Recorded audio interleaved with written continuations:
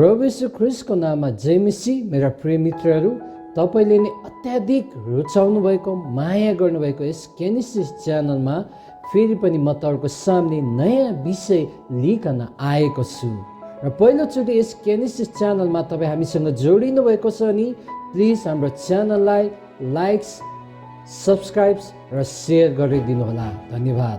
आजको यस डिजिटल युगमा प्रचारकहरूले फरक किसिमका परमेश्वरका वचनहरू प्रचार गरिँदै आएको छ, जुन हामीले युट्युबमा, फेसबुकमा र अन्य सोसियल मिडियाहरूमा हामीले सुन्न सक्छौँ। अनि उनीहरूले भन्ने गर्दछन् कि यदि तपाईँले ख्रीष्टलाई विश्वास गर्नुभयो भने तपाईँलाई स्वास्थ्य लाभ हुनेछ, सम्पत्ति लाभ हुनेछ भनेर भन्दछन्। तपाईँ रोग बिरामीबाट स्वतन्त्र हुन चाहनुहुन्छ भने यीशु ख्रीष्टलाई विश्वास गर्नुहोस्। तपाईँ आर्थिक रूपमा सक्षम हुन चाहनुहुन्छ भने तपाईँले प्रभु यीशु ख्रीष्टलाई विश्वास गर्नुहोस् र तपाईँको ब्याङ्कको खातामा पैसाले भरिभर हुनेछ भन्ने यस्ता प्रचारहरू गरिँदैछ। अनि यो किसिमको प्रचारलाई अङ्ग्रेजीमा प्रोस्पेरिटी गोस्पल भनेर भन्दछ, नेपालीमा समृद्धिको सुसमाचार भनेर भन्ने गरिन्छ। आजको समयमा प्रोस्पेरिटी गोस्पललाई प्रचार गर्ने प्रचारकहरू उल्लेख्य मात्रामा रहेको छन्, हजारौंको सङ्ख्यामा रहेका छन्। अनि खालि उनीहरूले प्रोस्पेरिटीको कुराहरू मात्रै गर्ने गर्दछन्। उनीहरूले धन सम्पत्तिको, सुस्वास्थ्यको अनि मोटिभेसनको कुराहरू गरिकन मानिसहरूलाई आफूतिर आकर्षण गर्ने काम गर्ने गर्दछन्। प्रोस्पेरिटी प्रिचर केनिथ हेगनले प्रोस्पेरिटी गोस्पलको बारेमा यसरी भन्दछन्, जति सुने पनि फरक पर्दैन। हामी स्वस्थ हुनु र हामीले यस जीवनमा असल असल कुराहरू पाउनु परमेश्वरको इच्छा हो भन्ने कुरा हामीलाई बारम्बार सम्झना गराउन आवश्यक छ। आजको दिनमा तपाईँले कुनै एउटा परमेश्वरको वचनबाट कुनै एउटा विषय लिकन किताब निकाल्नुभयो वा तपाईँले त्यस विषयमा प्रचार गर्नुभयो भने मानिसहरूले सुन्दैन, सुन्ने मानिसहरू थोरै हुँदछ।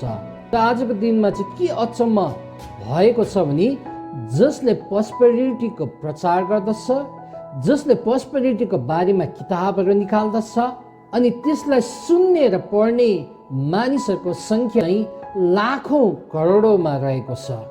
दिनमा सबैभन्दा बढी किताब बिक्री हुने चाहिँ पास्टर जोएल अस्टिन र सिङ्गापुरमा रहेका पास्टर जोसेफ प्रिन्सको किताबहरू चाहिँ प्रशस्त मात्रामा बिक्री हुने गर्दछ, लाखौँ प्रति बिक्री हुने गर्दछ।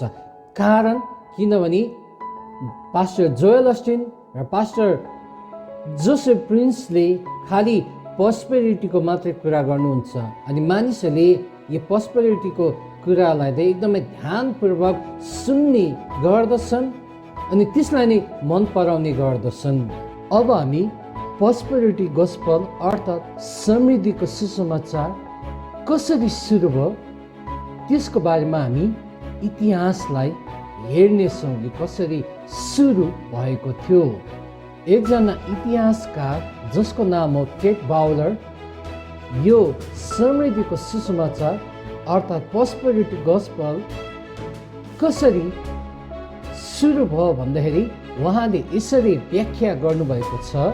सन् 1880 तिर अमेरिकाको एक ठाउँमा सबै धर्मका मानिसहरू, क्रिस्चियन, मुस्लिम, हिन्दू, बुद्धिस्ट, अन्य अरू धर्मका मानिसहरू एकसाथ भेला भइकन न्यू थट मुभमेन्ट, जसलाई higher thinking, mind cure movement भनेर पनि भन्न सकिन्छ, नेपालीमा यसलाई नवीनतम सोचको अभियान, उच्च विचारको अभियान भनेर पनि भन्न सकिन्छ। यो न्यू थट मुभमेन्ट सुरु भएको थियो। यो न्यू थट मुभमेन्ट किन सुरु गर्नु पर्यो भन्ने मानिसहरूको प्रश्नमा उनीहरूको आइडियोलोजी अर्थात् विचारहरू यस्तो थियो। पहिलो नम्बरमा छ ईश्वर त प्रत्येक व्यक्तिमा बास गर्दछ। दोस्रो, सबै व्यक्तिहरू आत्मिक प्राणीहरू हुन्। तेस्रो, ईश्वरीय अनुभूति प्राप्त गर्नलाई मानिसले सकारात्मक सोच राखेमा उसलाई ईश्वरले सकारात्मक शक्ति दिँदछ। र चौथोमा, सबै किसिमका रोग बिमारहरूको जड नै मानसिक समस्याले गर्दा भएको हो। त्यसैले सबैले सकारात्मक सोच राखेमा यी कुराहरू हटेर जाँदछ भन्ने उनीहरूको आइडियोलोजी रहेको थियो। 19औं शताब्दीको सुरुतिर अमेरिकामा एकजना ब्याप्टिस्ट प्रचारक जसको नाम हो E.W. केनियन, अनि उहाँ यो न्यू थर्ड मुभमेन्टको विचारहरूबाट प्रभावित भई त्यस विचारलाई लिकन र बाइबलका वचनहरूलाई पनि जोडिकन मानिसहरूको सामु गइकन प्रचार गर्न थाल्नुभयो। अनि जब उहाँले प्रचार गर्दाखेरि मानिसहरूले त्यस कुरालाई मन पराउन थाले। सन् 1947 तिर अमेरिकामा नै एकजना प्रचारक हुनुहुन्थ्यो जसको नाम हो ओरल रबर्ट्स। अनि उहाँ E.W. केनियनको प्रचारबाट प्रभावित हुनुभयो र उहाँले त्यसपछि प्रोस्पेरिटी थियोलोजी अर्थात् समृद्धिको ईश्वरशास्त्रको बारेमा मानिसहरूलाई सिकाउन थाल्नुभयो। पछि टेल इभान्जेलिस्ट टमी ली ओस्बोर्न, जसलाई छोटकरीमा टिएल ओस्बोर्न भनेर पनि भनिन्छ, अनि उहाँ लेखक, गायक र टिचर पनि हुनुहुन्थ्यो। अनि उहाँले अमेरिकाको ओक्लाहोमा भन्ने ठाउँमा यो प्रोस्पेरिटी गस्पललाई अझ विस्तृत रूपमा मानिसहरूको सामु प्रचार गर्न थाल्नुभयो। अनि त्यसपछि 1960 तिर टेल इभान्जेलिजमको युग सुरु भयो। यो टेल इभान्जेलिजम भनेको चाहिँ मिडिया मार्फत सुसमाचार प्रचार गर्ने कार्यलाई टेल इभान्जेलिजम भनेर भनिन्छ। सन् 1960 को टेल इभान्जेलिजमको युग सुरु भएपछि अन्य प्रचारकहरू पनि मिडिया मार्फत प्रोस्पेरिटी गोस्पलको प्रचार गर्न थाले। त्यसको केही समयपछि अमेरिकामा नै केनिथ ई ह्यागनले वर्ड अफ फेथ मुभमेन्ट सुरु गर्नुभयो। यो word of faith movement Kenneth E ह्यागनले किन सुरु गर्नुभयो भने यो प्रोस्पेरिटी थियोलोजीलाई विश्वभर कसरी लैजान अथवा कसरी मानिसहरूलाई सिकाउन सकिन्छ, अनि त्यसैको लागि उहाँले के गर्नुभयो, पछि गएर 1974 मा रेमा बाइबल ट्रेनिङ सेन्टर पनि उहाँले सुरु गर्नुभयो। 20 वर्षको दौरानमा यस रेमा बाइबल ट्रेनिङ सेन्टरले प्रोस्पेरिटी थियोलोजीको बारेमा झन्डै 10,000 विद्यार्थीहरूलाई दीक्षान्त गराइसक्नु भएको छ। अमेरिकाबाट फैलेको यो प्रोस्पेरिटी गोस्पल फैलिँदै विश्वभरसम्म फैल्यो र नेपालमा पनि यो प्रोस्पेरिटी गोस्पलको एकदमै प्रभाव रहेको छ। आजको दिनसम्म आइपुग्दा संसारभरि सबैभन्दा बढी प्रचार गरिने विषय नै प्रोस्पेरिटी गोस्पल हो, अर्थात् समृद्धिको सुसमाचार हो। प्रोस्पेरिटी गोस्पलका मुख्य सिद्धान्तहरू के हुन् अब म तपाईँको सामने राख्नेछु। पहिलो नम्बरमा छ अब्राहमसित गरिएको करार भौतिक आशिषको लागि थियो। जसरी परमेश्वरले प्रतिज्ञा गरे अनुसार अब्राहमले भौतिक आशिष पाए, त्यसै गरिकन परमेश्वरसँग हामी विश्वासीहरूले मागेमा उहाँले पनि हामीलाई भौतिक आशिष दिनुहुन्छ भन्ने प्रोस्पेरिटी गोस्पलको सिद्धान्त रहेको छ। उनीहरूले मानिसहरूको सामु प्रचार गर्दाखेरि भौतिक आशिष प्राप्त गर्नलाई रिसिभ इट, ग्रहण गर्नुहोस् भनेर भन्ने गर्दछन्। यो सिद्धान्तको बारेमा प्रोस्पेरिटी टिचर केनिथ कोपल्यान्डले आफ्नो किताबमा यसरी बयान गर्नुभएको छ। उहाँले यसरी भन्नुहुन्छ, किनकि परमेश्वरको करार स्थापित भइसकेको छ, समृद्धि यस करारको प्रावधान हो। तपाईले यो बुझ्न आवश्यक छ कि समृद्धि तपाईको लागि हो र यो अहिले नै पाउनुहुनेछ। दोस्रो नम्बरमा छ विश्वास एउटा आध्यात्मिक शक्ति हो जसले समृद्धिमा पुर्याउँदछ। प्राय उनीहरूको प्रचारमा सीड अफ फेथ, विश्वासको बिउ रोप्नुपर्छ भन्ने प्रचारहरू गरिन्छ। मर्कुस 4:8 यसो लेखेको छ, तर केही बिउ असल जमिनमा परे र उम्रँदै र बढ्दै गएर 30 गुणा, 60 गुणा र 100 गुणा फल दिए। यी पदलाई दाबी गर्दै तिमीले विश्वासको बिउ रोप्नुपर्छ, तिम्रो विश्वास बलियो हुनुपर्छ र तिमीले परमेश्वरको कामको लागि $10 मात्रै दियो भने पनि परमेश्वरले तिम्रो जीवनमा 30 गुणा, 60 गुणा र 100 गुणा गरिकन $10 दिएको ठाउँमा परमेश्वरले तिमीलाई $1000 दिनुहुन्छ भनिकन मानिसहरूलाई प्रचार गर्ने गर्दछन्। र उनीहरूले साथसाथै लुका 6:38 पनि चलाउने गर्दछन्। देऊ र तिमीहरूलाई पनि दिनेछ, यदि तिमीले दियो भने परमेश्वरले त्यसरी पोखिने गरिकन तिमीहरूलाई दिनुहुनेछ।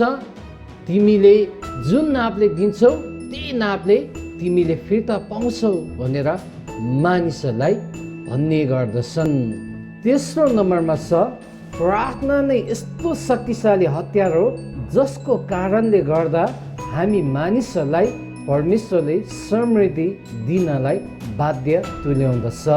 विशेष गरिकन उनीहरूले याकुब 4:2 र मत्ती 7:7-8 लिखन यसरी भन्ने गर्दछन्, जब हामीले प्रभु यीशु ख्रीष्टको नाममा आफ्नो घोडा टेकिकन प्रार्थना गर्छौँ र उहाँको नाममा हामीले माग्छौँ र इच्छा गर्छौँ भने समृद्धि आउँदछ।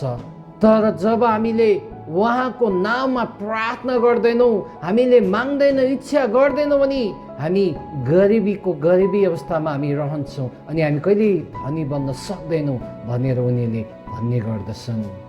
त्यसै कारण उनीहरूले आयोजना गरेको सभा सम्मेलनहरूमा मानिसहरू प्रार्थनामा चिच्चाएर, रोएर, प्रस्ताव गरेर अनेक किसिमका कुराहरू गरेको हुँदछ। कारण चाहिँ उनीहरूलाई समृद्धि चाहिएको छ र त्यसको लागि उनीहरूले प्रार्थना गर्नुपर्छ भन्ने सिकेको कारण गर्दाखेरि उनीहरूले यस्तो कुराहरू गर्ने गर्दछन्। चौथो नम्बरमा छ, यीशु ख्रीष्टको प्रायश्चितले गरिबीको श्रापलाई हटाएर उन्नतिको बाटोमा ल्याएको छ। गलाती 3:14 यसो लेखेको छ, उहाँले हामीलाई मोल तिरेर छुट्याउनु भयो ताकि अब्राहमलाई दिएको आशिष ख्रीष्ट यीशुद्वारा अन्य जातिहरूमा आओस्। यो पदलाई दाबी गर्दै उनीहरूले यसरी भन्ने गर्दछन्, यीशु ख्रीष्ट खालि हाम्रो पापको लागि मात्र मर्नु भएन, तर हामीले भौतिक आशिष प्राप्त गर्नलाई पनि उहाँ क्रुसमा मर्नुभयो। जसरी परमेश्वरले अब्राहमलाई भौतिक आशिष अर्थात् समृद्धि दिनुभयो, त्यसै गरिकन उहाँमाथि विश्वास गर्ने प्रत्येक मानिसहरूलाई उहाँले समृद्धि अर्थात् भौतिक आशिष दिनुहुन्छ भन्ने उनीहरूको भनाइरहेको छ। र अन्तमा छ 5औं नम्बरमा, परमेश्वरबाट भौतिक क्षतिपूर्ति पाउनको लागि पनि ईसाईहरूले दिनु पर्दछ। मर्कुस 10:30 यसो लेखेको छ, त्यसले सतावटको साथसाथै 100 गुणा बढी घर, दाजुभाइ, दिदीबहिनी, आमा, छोराछोरी र जग्गा जमिन यस समयमा पाउनेछ अनि आउँदो युगमा अनन्त जीवन। उनीहरूले यस पदलाई लिकन यसरी अर्थ खोज्ने गर्दछन् कि जसले परमेश्वरको राज्यमा आर्थिक कुराहरू दिन्छन् भने तिनीहरूलाई परमेश्वरले 100 गुणा बढी दिनुहुन्छ। कसैको घर छैन, दाजुभाइ छैन, दिदीबहिनीहरू छैन, जग्गा जमिन छैन, तरै पनि उसले परमेश्वरको राज्यमा आर्थिक कुराहरू दिने गरिरहेका छन् भने परमेश्वरले आजको दिनमा यसै समयमा 100 गुणा बढी दिनुहुन्छ भन्ने उनीहरूको शिक्षाहरू, सिद्धान्तहरू रहेको छ। अब यो 5वटा बुदाहरूमा मैले यहाँनिर बहस गर्न थालेँ अथवा यो 5वटा बुदा चाहिँ अनबिब्लिकल छ, बाइबल अनुसार छैन भनेर मैले भन्न थालेँ भने प्रोस्पेरिटी गोस्पलमा विश्वास गर्ने मानिसहरूले मलाई यसरी भन्दछन्, यो मान्छे पक्कै पनि प्रोस्पेरिटी गोस्पलमा विश्वास गर्ने मानिस हो अर्थात् गरिबीको सुसमाचारमा विश्वास गर्ने मानिस हो, त्यसै कारण यसले नेगेटिभ कुरा गरिरहेको छ भन्ने आरोप ममाथि आउन सक्दछ। एउटा कुरामा चाहिँ तपाईँ र मैले एकदमै ध्यान दिनुपर्ने हुँदछ कि यो प्रोस्पेरिटी गोस्पल र पोभर्टी गोस्पल अर्थात् गरिबीको सुसमाचारको बारेमा बाइबलमा कहीँ पनि लेखेको छैन। अनि यो प्रोस्पेरिटी गोस्पल र पोभर्टी गोस्पल चाहिँ म्यान मेड हो, अर्थात् मानिसद्वारा आएको सिद्धान्त हो र बाइबलमा कहीँ कतै पनि यसको बारेमा उल्लेख गरेको छैन। म यी दुवै प्रोस्पेरिटी र पोभर्टी गोस्पलमा विश्वास गर्दिनँ, किनभने यो म्यान मेड हो, मानिसद्वारा आएको सिद्धान्त हो। तर म चाहिँ बाइबलमा जे उल्लेख गरेको छ, बाइबलमा जे बताएको छ त्यसमा विश्वास गर्ने गर्दछु। फेरि तपाईँलाई प्रश्न आउन सक्दछ, यो गरिबीको सुसमाचार अर्थात् पोभर्टी गोस्पल भनेको चाहिँ के हो?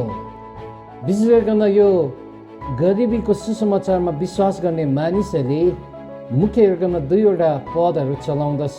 पहिलो छ मत्ती 6:24, कसैले दुई मालिकको सेवा गर्न सक्दैन, किनभने त्यसले एउटालाई घृणा गर्छ र अर्कोलाई प्रेम गर्नेछ, अथवा त्यसले एउटाप्रति भक्ति राख्नेछ र अर्कोलाई त्यसले तुच्छ ठान्नेछ। तिमीहरूले परमेश्वर र धनको सेवा गर्न सक्दैन। यसै गरिकन मत्ती 19:21 पद, तिमी सिद्ध हुन चाहन्छौ भने गएर तिमीसित भएका सबै बेचेर दरिद्रहरूलाई देऊ र तिमीले स्वर्गमा धन प्राप्त गर्नेछौ, अनि आएर म पछि लाग।